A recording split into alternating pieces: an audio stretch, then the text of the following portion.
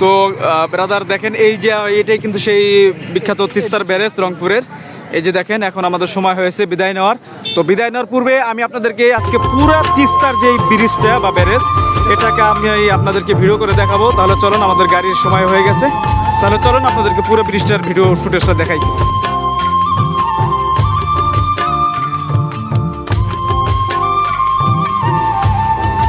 বন্ধুরা এই যে দেখেন এখানে যে আরো জেলেরা আরো অনেক মাছ ধরতেছে। এই যে দেখেন তারা কিভাবে তিস্তাতে মাছ ধরে, দেখেন তিস্তা ব্যারেজ এটাকে। এটা সমগ্র বাংলাদেশে তিস্তা ব্যারেজ নামে পরিচিত হলেও আসলে স্থানীয়রা এটাকে ডালিয়ার ব্যারেজ বলে। এই দেখেন এই যে আমরা কিন্তু ব্যারেজ আছি, এই ব্যারেজই খুলে দিলে বাংলাদেশে অনেক বন্যা দেখা দেয়। দেখেন ওই সাইডে আমি আরেকটা কথা বলে দিচ্ছি যে ওই সাইডে যেই বাঁধটা আছে সেটাকেই বলে কিন্তু আপনার ফারাক্কা বাঁধ বলা হয়। ওই সাইডে যেই বাঁধটা আছে ওটাকে কিন্তু ফারাক্কা বাঁধ বলা হয়। দেখেন এই যে মাছ ধরতেছে, এই দেখেন পানিগুলো কত পরিষ্কার, দেখেন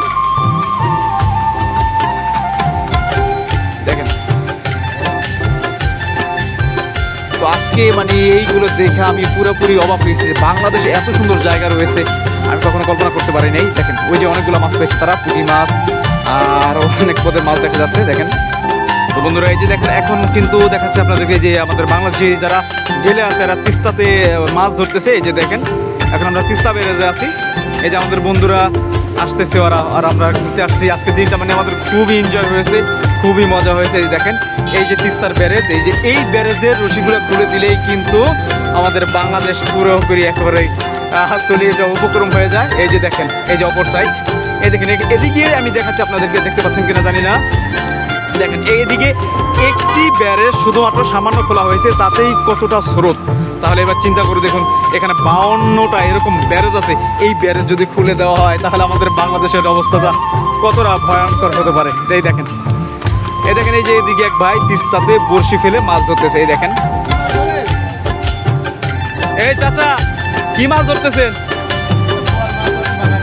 বোয়াল ধরে, বাঘার ধরে চাচা বললো। দেখেন ওই যে ওইদিকে দেখা যেতেছে টুরিস্ট স্পট, ওইদিকে দেখেন স্পিড বোট আছে, নৌকা আছে। আপনারা যদি আসেন তাহলে আপনারা চাইলে কিন্তু স্পিড বোট বা ট্রলারে করেও ঘুরে ঘুরে দেখতে পারেন। এই দেখেন